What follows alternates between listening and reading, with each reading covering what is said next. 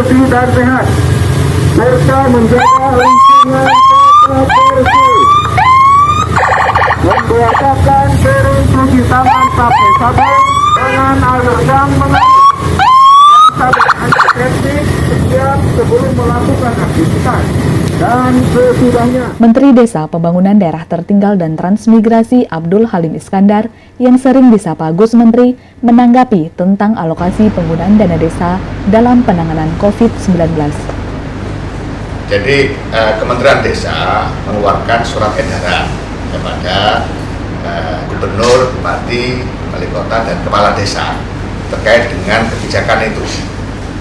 Untuk penanganan atau pencegahan kita punya namanya Desa Tanggap COVID-19, Desa Tanggap COVID-19 yang isinya pertama bentuk relawan desa untuk COVID-19.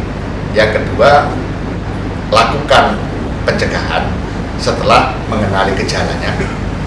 Yang ketiga, tangani ketika ditemukan kasus, ya. Kemudian yang keempat, antisipasi secara terus-menerus dengan senantiasa berkoordinasi dengan pemerintah daerah. Nah, terkait dengan edaran itu mengatur bagaimana termasuk merubah APBDes. Jadi kalau di dalam Permendes nomor 11 tahun 2019 itu padat karya tunai itu hanya bagian dari APBDes, penggunaan dana desa. Juga bisa digunakan untuk pemberdayaan, bisa digunakan untuk kesehatan, misalnya posyandu, bidan desa, dan seterusnya. Nah, hari ini untuk mereka desa-desa yang sudah menyusun APBDes seperti petunjuk yang ada di dalam Permendes nomor 11 itu harus merubah hanya dua fokus, satu padat karya tunai, kemudian yang kedua pencegahan dan penanganan COVID-19. Sehingga di edaran Kementerian Desa itu juga diberikan mekanisme atau aturan main terkait dengan perubahan APBDes sesuai dengan ketentuan perundang-undangan yang sudah ada. Jadi mekanisme sudah tertangani dengan baik. Langkah yang pertama adalah bentuk relawan gugus tugas COVID-19 desa. Siapa ketuanya? Kepala desa sebagai ketua, wakil ketuanya ketua BPD, anggotanya seluruh perangkat, anggota BPD, ketua RT, ketua RW, pendamping lokal desa, dan berbagai pendamping yang ada di desa dari Kementerian Sosial, dari BKKBN masuk di dalam anggota. Kemudian sebagai mitra Babin Kamtibmas, Babinsa, dan level-level yang dari instansi vertikal.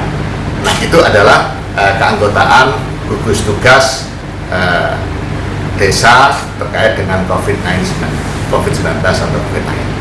Kemudian yang kedua, langkah-langkah yang harus dilakukan oleh relawan gugus tugas, yang pertama adalah kenali gejalanya. Jadi tim relawan gugus tugas harus paham betul gejala-gejala COVID-19. Gunanya untuk apa? Untuk sosialisasi. Lakukan sosialisasi dengan berbagai cara yang benar. Cara yang benar adalah cara yang tidak menciptakan kerumunan. Itu aja kuncinya. Jadi misalnya mau pakai mobil keliling dari satu kampung lain, dari satu gang ke gang lain, pakai flyer, bagi flyer tentang pemahaman tentang COVID-19 dan seterusnya, COVID-19, COVID-19 dan seterusnya. Mau pakai loudspeakernya musola, masjid diumumkan, silakan, kreativitas masing-masing, tapi lakukan sosialisasi dengan cara yang tepat. Cara yang tepat hanya satu, tidak melakukan kerumunan.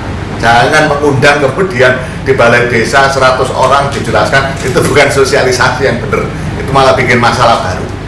Nah, jadi kenali gejalanya, semua masyarakat warga harus dipahamkan gejalanya. Yang kedua, lakukan pencegahan.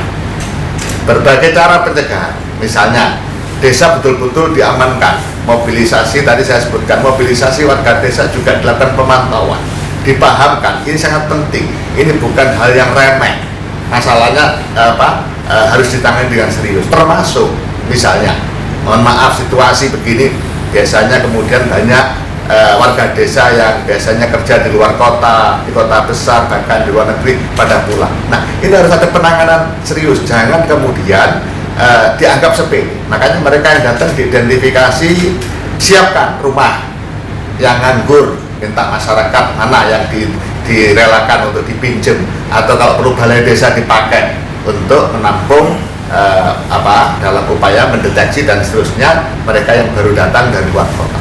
Pahamkan yang sudah di desa, diupayakan jangan sering-sering keluar kalau tidak terpaksa, sehingga desa ini betul-betul tertangani dengan baik, keluar masuknya penduduk terpantau dengan baik, termasuk hidupkan kembali siskamling misalnya.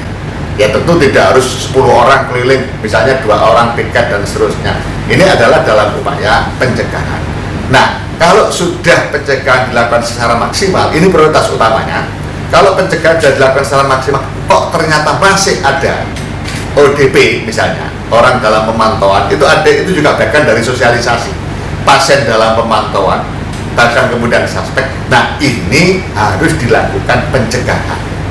Pencegahan pertama, masukkan atau lakukan isolasi, tapi secepatnya membangun disampaikan kepada pihak yang berkompeten, langsung kepada dinas kesehatan. Jangan lama-lama dibiarkan di desa, langsung dirujuk ke rumah sakit rujukan atau ke tempat-tempat yang memang sudah disediakan oleh pemerintah.